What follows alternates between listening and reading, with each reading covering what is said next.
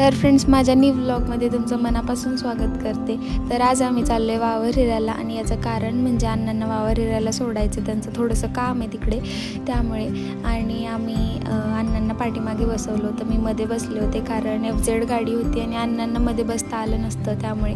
आणि अण्णा बघा एकदम असे पाठीमागचं जे असतं त्याला पॅक धरून बसले होते. तर आम्हाला वाटेत नीरा नदी लागली आणि तिच्या पाया पडून आम्ही पुढे निघालो. तर हे बघा, पावसामुळे कसं असं हिरवगार परिसर झाला आहे आणि जाताना खूप म्हणजे वावराला जाताना खूप छान वाटतं, पण इतकं ऊन असतं त्या भागात, त्यामुळे आम्ही आरूला पण कानाला म्हणजे रुमाल वगैरे बांधला होता आणि मी तर पूर्ण पॅकच झाले होते. आणि यांना पण म्हणलं होतं की चेहरा पॅक करा, तर यांनी नाही केला कारण आम्हाला निघतानाच 11 वाजले होते. तर वाटेत आरूला तहान लागली म्हणून आम्ही पाणी प्यायला थांबलो आणि तिथेच वडाचं झाड होतं मोठं, तर त्याच्या तुरंबा मी घेतल्या कारण माझे केस खूपच पातळ झाले.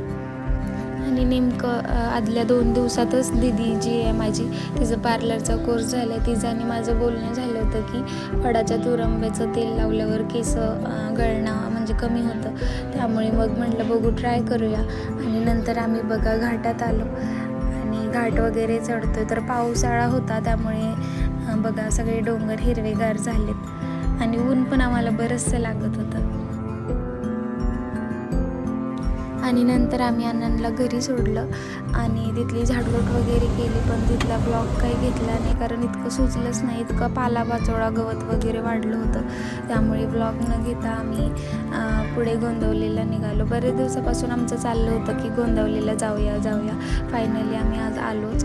तर पूर्ण असं शांतता वगैरे होती कारण आम्ही 1 वाजता इथे पोहोचलो आणि गर्दी वगैरे पण कमी होती. तर आम्हाला वाटलं बाहेरून दर्शन बंद आहे, नंतर आतमधून थोडंसं पुढं जाऊन बघितलं तर एका आतमधल्या दरवाजाने दर्शन चालू होतं, तर दर्शन वगैरे घेतलं आम्ही. इथे एक देवीचं मंदिर होतं, तिथेसुद्धा आम्ही दर्शन घेतलं. तर हा परिसर होता आणि आरूला तर खूप करमून गेलं होतं. नंतर आम्ही तिथला प्रसाद घेतला. नंतर आम्ही जिथे गाडी लावलेली तिथं आलो. तर हे बघा इतकं मोठं असं पार्किंग आहे हे, आणि म्हणजे असं व्हिडिओमध्ये हे छोटं दिसत असेल पण खरंच खूप मोठं पार्किंग आहे. कारसाठी वेगळं, टू व्हीलरसाठी वेगळं आणि जे मोठ्या गाड्या आहेत जे म्हणजे टेम्पो वगैरे माणसं गाडी करून येतात त्यांच्यासाठी वेगळं. आणि इथे राहायचीसुद्धा सोय आहे. आपण फक्त घरचं आपलं स्वतःचं ब्लँकेट वगैरे घेऊन यायचं आणि राहू शकतो आम्ही. आणि इथली स्वच्छता तर काही सांगायलाच नको, इतकं स्वच्छ तुम्हाला व्हिडिओत बघूनच समजत असेल. कुठं पालापाचोळा नाही, कुठं असं प्लास्टिकचा कागद, पेपर वगैरे काही सुद्धा पडलेलं नाही, इतकं स्वच्छ.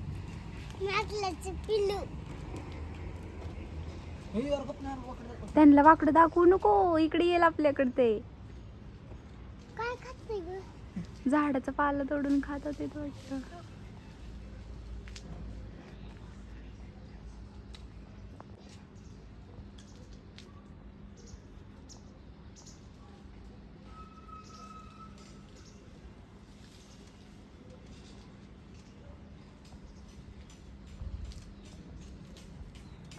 कोण होतं बाळा तुझ्यासारखं? असं करतं का? कसं करतं? बसा चला. गोंदवलीतून बाहेर पडल्यावर रस्त्यात बघा हे होतं म्हणजे बंधाराच आहे असं वाटतंय मला.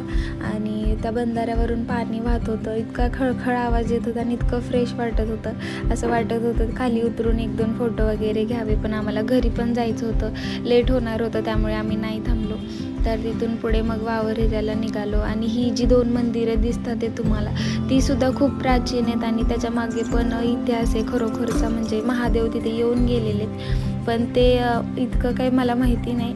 जेव्हा कधी अण्णांना वगैरे विचारून मला समजेल तेव्हा मी तुम्हाला सांगेल. तर घरी आल्यावर देवांनांचे खूप खराब झाले होते, म्हणजे घट झाल्यानंतर देवांना पानावर जे बसवलं होतं ते तसेच पानावर वगैरे होते नैवेद्य. ते म्हटलं देवपूजा करून घ्या. तर देवपूजा करून झाली माझी आणि देवाचे कपडे वगैरे, आणि आम्ही घरून जो डबा आणलेला ते जेवण वगैरे गरम करून ठेवलं. आणि देवाला वात नाही लावली कारण अण्णा बोलले नको लावू, फक्त अगरबत्ती लाव. आणि ते सगळं घरातलं आवरून वगैरे आम्ही निघालो. तर इथे पांडलिंगाचं मंदिर आहे, तर तिथंसुद्धा आम्ही नाही गेलो कारण 4-4:30 वाजलेले. आणि बघा वातावरण असं पिवळसर गोल्डन टाईप किती छान झालेलं आहे बघा.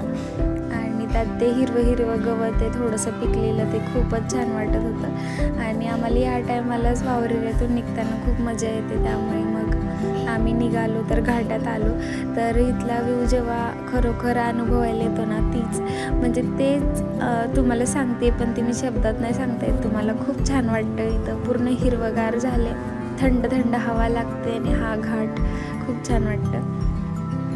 तर पुढे अजून मला म्हणजे जाता जाता आम्हाला 2 कामं आहेत. एक म्हणजे माझी फ्रेंड आहे, तिचं बुक माझ्याकडे होतं, तिची बुक मला तिला द्यायची, त्यामुळे मग आम्ही नातेपुतेत आलो आणि तिची वाट बघत थांबलो होतो. तर हे गेट आहे ना, त्याच्या आतमध्ये ती राहते, त्यामुळे आम्ही असं, ती बोलवत होती आतमध्ये पण आम्हाला लेट झालेलं, त्यामुळे आम्ही. तर हे बघा माझी फ्रेंड कोमल आणि तिचे मिस्टर तिथं होते, त्यामुळे मग मी तिचा व्हिडिओ म्हणजे असं व्लॉग वगैरे नाही घेतला. तर पुढे आल्यावर आम्ही हा खलबत्ता घेतला. तर हा व्हिडिओ तुम्हाला कसा वाटला हे कमेंट करून नक्की सांगा. भेटूया नेक्स्ट व्लॉग.